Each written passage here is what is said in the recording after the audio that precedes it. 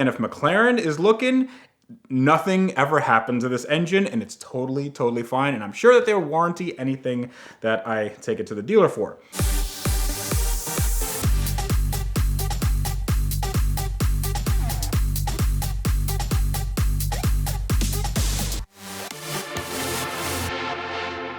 So here is a tale of my McLaren 675 LT, and it's an expensive one.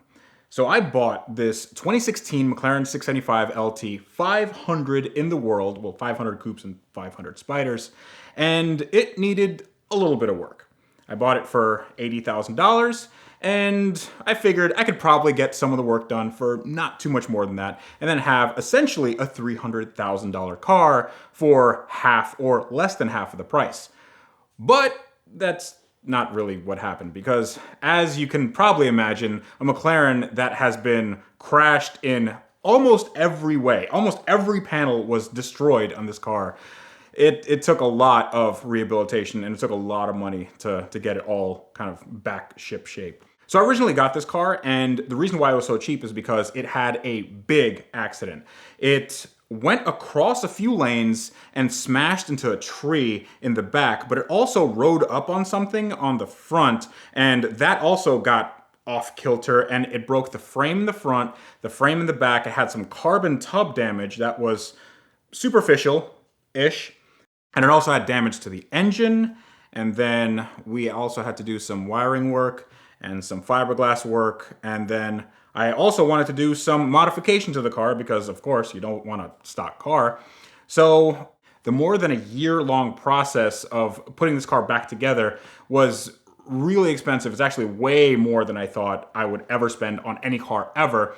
So let's go over some numbers. So number one is the rear subframe. So the rear subframe on the original car was completely destroyed. It was like snapped down the middle. It looked like an accordion. That was attached to the engine, and the engine took the brunt of the damage. So the engine got smacked forward into the carbon tub, which is not something you want for an engine that costs the better part of $60,000, $70,000.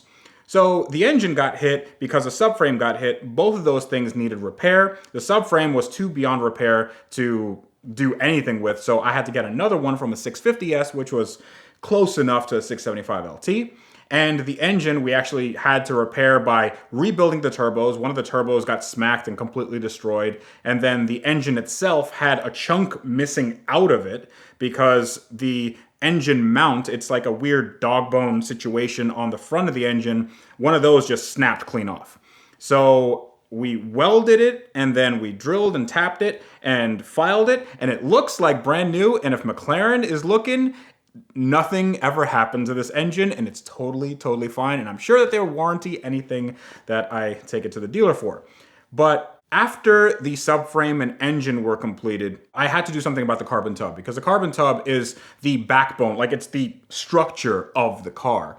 And what happens when you put a big hole in a carbon tub is that it loses all of that structure. But thankfully, where the damage was right on the side of the carbon tub, and that was sort of superficial because there's like an interior lattice framework on the carbon tub, and if you hit that, then the whole thing just rips apart. It's very brittle, like it's super strong tensile strength wise, but it's extremely brittle. So I had that fixed by a person that fixes bicycles. He matched the carbon fiber weave inside and out, and for all intents and purposes, this repair that he made could be stronger than what was there to begin with. Now, it's not gonna mesh as well as if it was one entire piece, but there's no difference, at least to my mind. I mean, I've had the car up on a lift from that point. There's no issues there. It's super duper strong.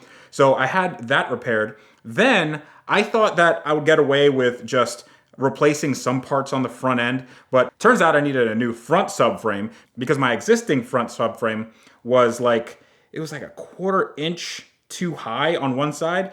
Now, if you're doing a YouTube build, then you could probably put some washers in it and then put it on an alignment machine and it'll probably be okay.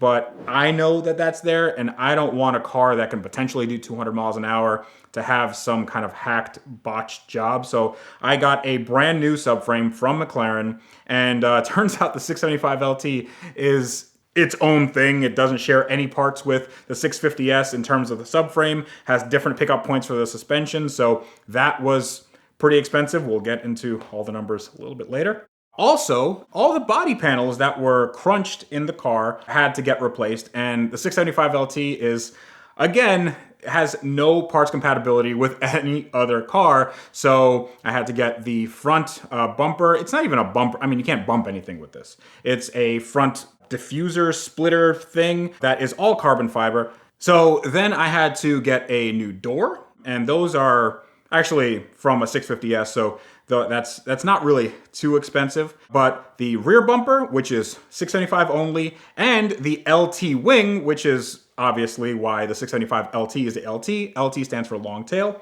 and this was the long tail. It's just like this big whale tail. They actually call it the air brake. So when you press the brakes real hard, it blocks your vision so you can't see what's about to hit you. When you get to prices, the prices on these things were really surprising to me, but they were surprising to me not because they were expensive, but just because these parts didn't exist, like, in the world. And when I was building my Lamborghini Murcielago, the Fast 8 Lambo, it was a thing where the parts existed, but they were expensive, and which I already knew that was going to be a thing. But with the 675 LT, like, just nobody had them. Like, there were a handful of crashed cars, and they were crashed in almost the same way that my car was crashed in. So for me to get a front diffuser, rear diffuser, or splitter, I don't know what the difference is between them, just all the carbon fiber panels, I had to get a lot of those new from McLaren, which cost more than I was willing to spend. Turns out they're the only game in town. What I ended up doing was, for the rear subframe, that was about $5,000. For the engine turbo rebuild, I think that was like $2,500, or about like $7,500 in that. Then we had the carbon fiber repair, that was $5,000, so that's $12,500.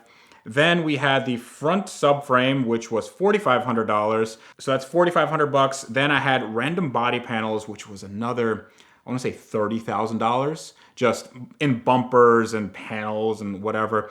And then I got a really good idea, which was, why don't I make this car a roof scoop car? And if anybody knows what a roof scoop car is, it's just like a super cool thing where instead of the intakes being on the side of the car, it's at the top of the car, and you can hear it, and it just makes the car so much better. I mean, the experience is just second to none. It's so good. So the roof scoop, it's sort of reminiscent of the McLaren F1 because that had the intake on the top, which is where every intake should ever be on any car because it's so cool. But I got that. That was the last part available on Earth. So I got that for around 10 grand. But what I didn't know, and what I didn't figure out at the time, was when you get the roof scoop, you don't just buy the roof because it's one carbon fiber piece that you essentially glue onto the car. You also have to get the interior piece, which is the thing that goes onto the headliner, and it's all carbon fiber, and it goes from the roof scoop into these two little inlets into your engine, but there's a cover piece that goes on the inside of your car, and that was way harder to get than the actual roof scoop itself. So I had to wait another 4 months till one just popped up, so that was another $3,000. But now, this will look and feel like an OEM roof scoop MSO McLaren car, which has never been done outside of McLaren. And if you wanted to get it done now, I believe Dave from DDE just got a 675 LT, and he was trying to look into how much they cost. I think it's somewhere like $80,000 because this includes shipping the car back to Woking to the McLaren Technology Center and then having them just rip apart the car. And when I say rip apart the car, I mean, like, literally, if you look in the factory service manual, you have to cut the roof. You have to section the roof and then take like prying tools and then just take apart all the glue. I'm pretty proud of myself that I took apart the roof without having to do all that. The interior of my car actually was not in bad shape. I did have to get a new side window because what happens with McLarens is if they run out of battery, they're supposed to lower their windows down just a little bit so you can actually close the door. Otherwise, if you close the door, the window shatters. since my car was in a crash, the battery just disconnects itself right away. But through all the commotion, I'm sure that nobody noticed that the windows were still up, and they shattered, and there was glass all over the car, and it never had a window since when I had it. I think one of the like a Copart or IAA auctions, they put like this piece of plastic in there to mimic a window, but I mean, obviously you're not gonna use that. So I got a new window, that was probably $1,000. And then there's all the nickel and dime stuff. So the nickel and dime stuff would be like cooling packs, like the radiator in the front. The radiator in the front was fine, but it had like a little kink in it. It still held pressure, but I didn't want to do that. So I got a new one of those. The ducting work for the front radiator, had to get one of those. Then you had to get the hoses for the radiator. Then you had to get the little bolts and brackets and stuff for just to make the car a car again, because I don't want to have this thing just be a rolling project, or as John Ficarra would say, a rolling parts car. So I got everything that I could new from McLaren. I tried not to recondition any parts that I didn't immediately need. I mean, obviously the engine I could recondition, and the engine ran fine after a really smoky startup, because it was upside down at one point and it had oil in the cylinder, but whatever, it runs fine now. But I got all the brackets and all that stuff, and that was probably another 20 grand, if you can believe that, because it's just, it really builds up fast. Like when you start ordering this and this and this and this and this, and then you look at this long list and every single part is like 3 or 4 figures long, it really hurts the bank account. And that's not even counting the paint.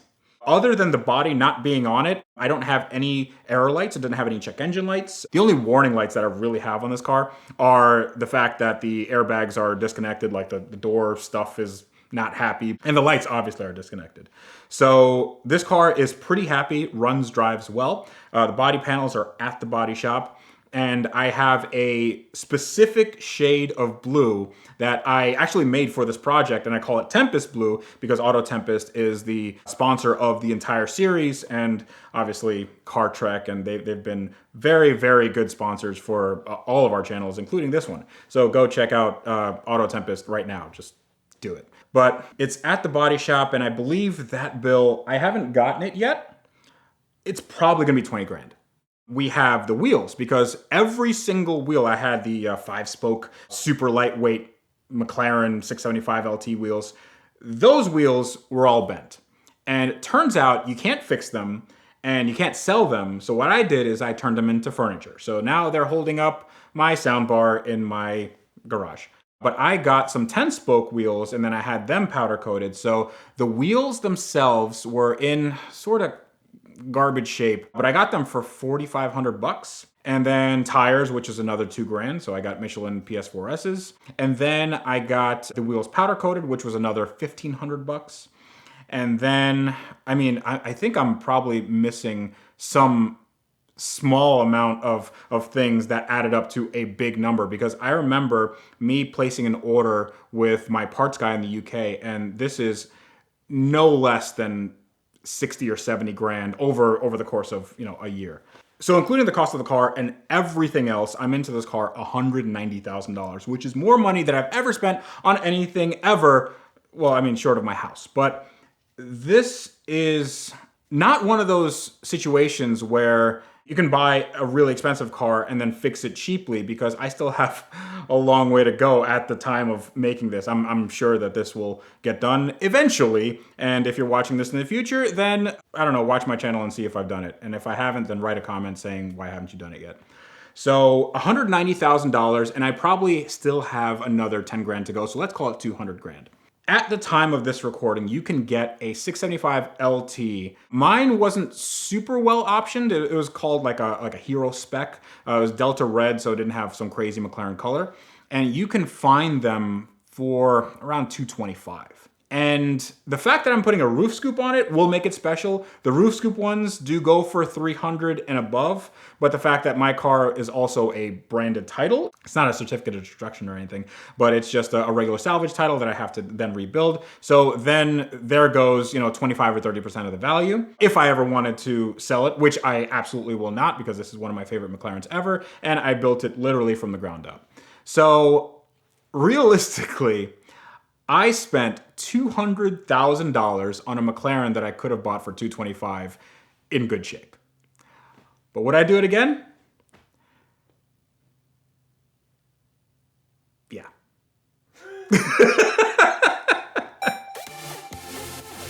Shopping for insurance can be an absolute nightmare, but it doesn't have to be thanks to Policy Genius. They're our sponsor for this month at VINwiki, and you can visit them at the link in the description below. You tell them a little bit about yourself, a little bit about your property, and they find the best deal by shopping amongst all the major carriers at the same time. In fact, you can bundle things like homeowners insurance and auto insurance, and the average user that bundles both of those things saves about $1,100 a year.